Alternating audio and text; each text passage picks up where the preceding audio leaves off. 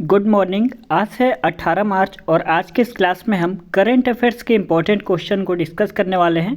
आप सभी को पता है जो करंट अफेयर्स हो सभी एग्जामों के लिए काफ़ी ज़्यादा इम्पोर्टेंट होता है, इसलिए यह क्लास काफ़ी ज़्यादा इम्पोर्टेंट होने वाला है। आप सभी इस वीडियो को पूरा अंत तक जरूर देखिएगा, ठीक है।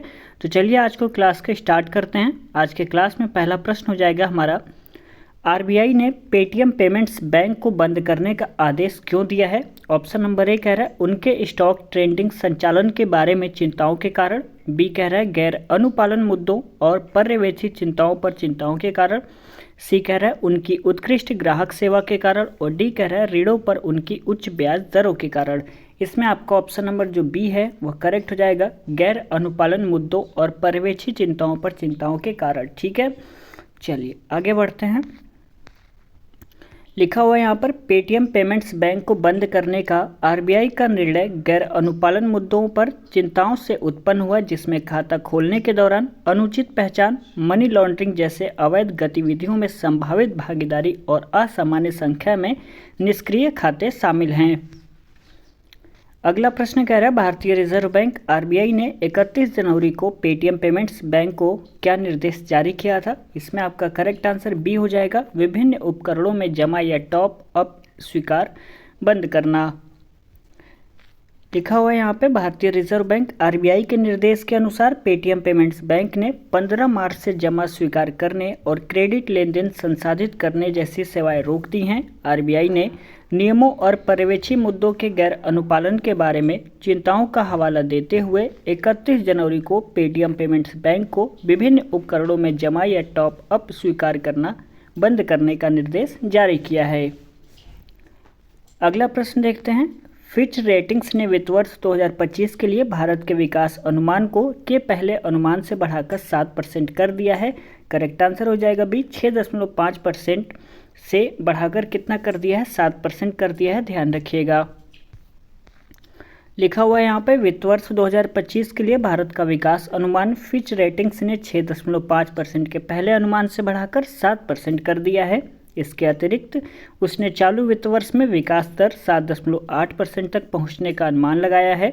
यह अनुमान सरकार के अनुमान 7.6% से थोड़ा अधिक है। आगे लिखा हुआ है, एजेंसी के अनुसार वित्त वर्ष 2026 में वास्तविक सकल घरेलू उत्पाद में 6.5% की वृद्धि होगी, क्योंकि गतिविधि वृद्धि दर वित्त वर्ष 2025 के रुझान के अनुरूप धीमी हो जाएगी।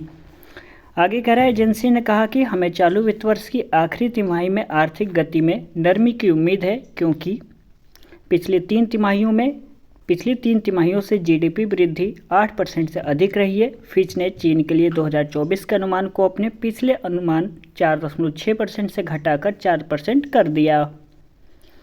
क्वेश्चन नंबर चौथा कह रहा है, सार्क के शरीर के अंगों के अवैध व्यापार में कौन सा राज्य शीर्ष पर रहा है। तो करेक्ट आंसर हो जाएगा यहाँ पे तमिलनाडु। यह सार्क के शरीर के अंगों के अवैध व्यापार में सबसे टॉप पर रहा है। चलिए इसके बारे में जान लेते हैं। सार्क के शरीर के अंगों के अवैध व्यापार में तमिलनाडु शीर्ष पर रहा। World wide fund for nature India WWF India और ट्रैफिक की एक रिपोर्ट के अनुसार जनवरी 2010 से दिसंबर 2022 के बीच लगभग 16,000 किलोग्राम सार्क पंख जब्त किए गए। हाल ही में आई ट्रैफिक रिपोर्ट अवैध वन्यजीव व्यापार में लिप्त भारत के अवैध सार्क व्यापार के बारे में चिंता जताई। इसने मौजूदा खतरों और संरक्षण संबंधी चिंताओं पर भी प्रकाश डाला। कुल में से सार्क के शरीर के अंगों का 65% अवैध व्यापार तमिलनाडु में हुआ है। इसके बाद कर्नाटक, गुजरात, केरल और महाराष्ट्र जैसे अन्य राज्य हैं। सार्क के शरीर के हिस्से सिंगापुर, हांगकांग, श्रीलंका और चीन को निर्यात किए गए हैं। क्वेश्चन नंबर 5वां कह रहा है हमारा, भारत की पहली LNG संचालित बस किसने लॉन्च किया है। तो करेक्ट आंसर हो जाएगा इसमें आपका option number C, Eknath Shinde ने। महाराष्ट्र के मुख्यमंत्री एकनाथ शिंदे ने भारत की पहली LNG संचालित बस लॉन्च की है। मुख्यमंत्री एकनाथ शिंदे ने भारत की पहली तरलीकृत प्राकृतिक गैस संचालित बस का उद्घाटन किया। इसका संचालन महाराष्ट्र राज्य सड़क परिवहन निगम द्वारा किया जाएगा। महाराष्ट्र राज्य सड़क परिवहन निगम ने घोषणा की कि उसने 5,000 डीजल वाहनों को चरणों में LNG वैकल्पिक ईंधन वाहनों में परिवर्तित किया जाएगा। आगे देख लेते हैं, बसों को डीजल से एलएनजी में बदलने से प्रदूषण में 10% की कमी आएगी और ईंधन की लागत भी कम होगी। यहाँ पे लिखा हुआ है एमएसआरटीसी ने बसों को एलएनजी में बदलने के लिए मेसर्स किंग गैस के साथ एक समझौता ज्ञापन पर हस्ताक्षर किए हैं। छठा प्रश्न कह रहा है, फिलिस्तीनी प्राधिकरण के नए प्रधानमंत्री के रूप में किसे नियुक्त किया गया है? तो ध्यान रखिएगा, मोहम्मद मुस्तफ़ा को फिलिस्तीनी प्राधिकरण के नए प्रधानमंत्री के रूप में नियुक्त किया गया है। अगला प्रश्न देख लेते हैं, क्या कह रहा है, भारतीय नौसेना ने अपना पहला स्वतंत्र मुख्यालय कहां पर स्थापित किया है? तो वो किया है दिल्ली में, इसको ध्यान रखिएगा। चलिए इसके बारे में कुछ जान लेते हैं। रक्षा मंत्री राजनाथ सिंह ने नौसेना भवन का उद्घाटन किया। यह दिल्ली छावनी में भारतीय नौसेना का नया अत्याधुनिक मुख्यालय है और नौसेना ने अपना पहला स्वतंत्र मुख्यालय दिल्ली में स्थापित किया। पहले यह 13 अलग अलग स्थानों से संचालन करती थी। आठवां प्रश्न कह रहा है, आरबीआई ने बैंक ऑफ इंडिया पर का जुर्माना कितना लगाया है? तो इसमें आपका करेक्ट आंसर बी हो जाएगा, 1.40 करोड़ रुपए का जुर्माना लगाया गया है। अगला प्रश्न है हमारा क्वेश्चन नंबर 9, चुनाव आयोग ने अपनी वेबसाइट पर चुनावी बॉन्ड डेटा जारी किया। 12 अप्रैल 2019 से 24 जनवरी 2024 तक किस पार्टी को 6060 करोड़ रुपए मिले हैं? तो इसमें आपका ऑप्शन नंबर डी करेक्ट हो जाएगा, भारतीय जनता पार्टी को। क्वेश्चन नंबर 10वां कह रहा है, राष्ट्रीय टीकाकरण दिवस पहली बार कब मनाया गया था? तो ये मनाया गया था आपका 1995 में, यानी आपका ऑप्शन नंबर सी करेक्ट हो जाएगा। इसके बारे में जान लेते हैं, भारत में हर साल 16 मार्च को राष्ट्रीय टीकाकरण दिवस मनाया जाता है। लिखा हुआ है दूसरा पॉइंट, हर वर्ष 16 मार्च को नेशनल वैक्सीनेशन डे मनाया जाता है, बात वही की जा रही है, ठीक है। इसे इम्यूनाइजेशन डे भी कहा जाता है।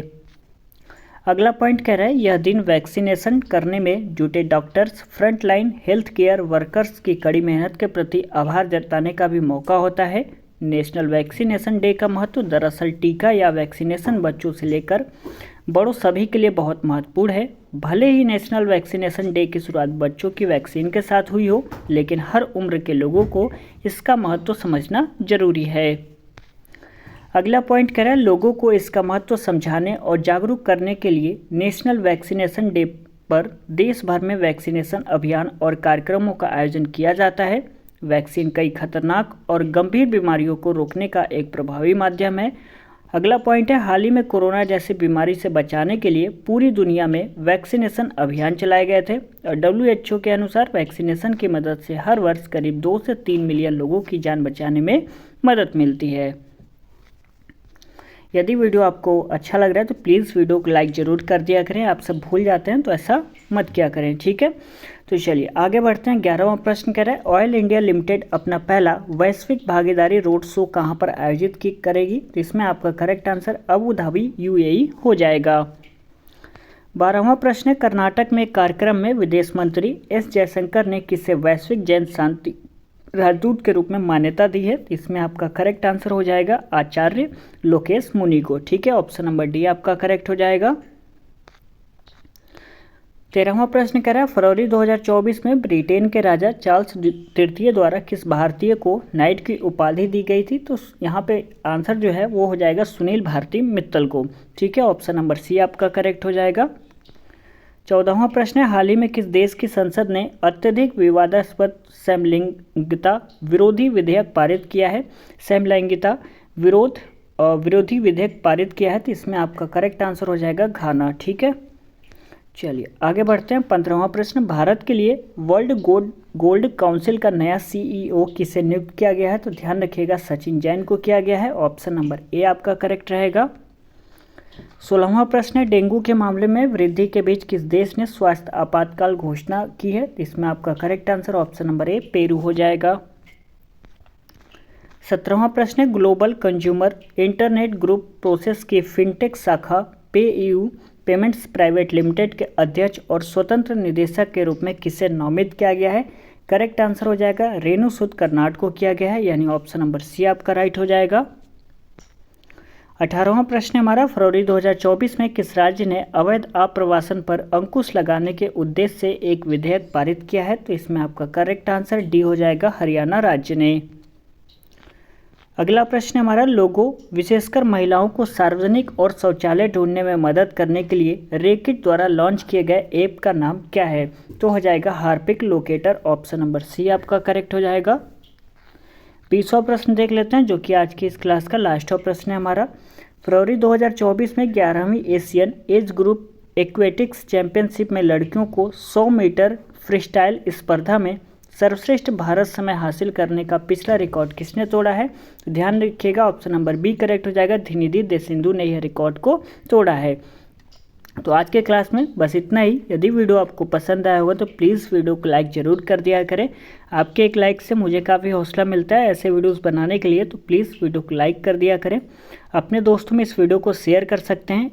आपका दिल करे तो एक प्यारा सा नीचे कमेंट जरूर करिएगा कि आपको वीडियो कैसा लगा।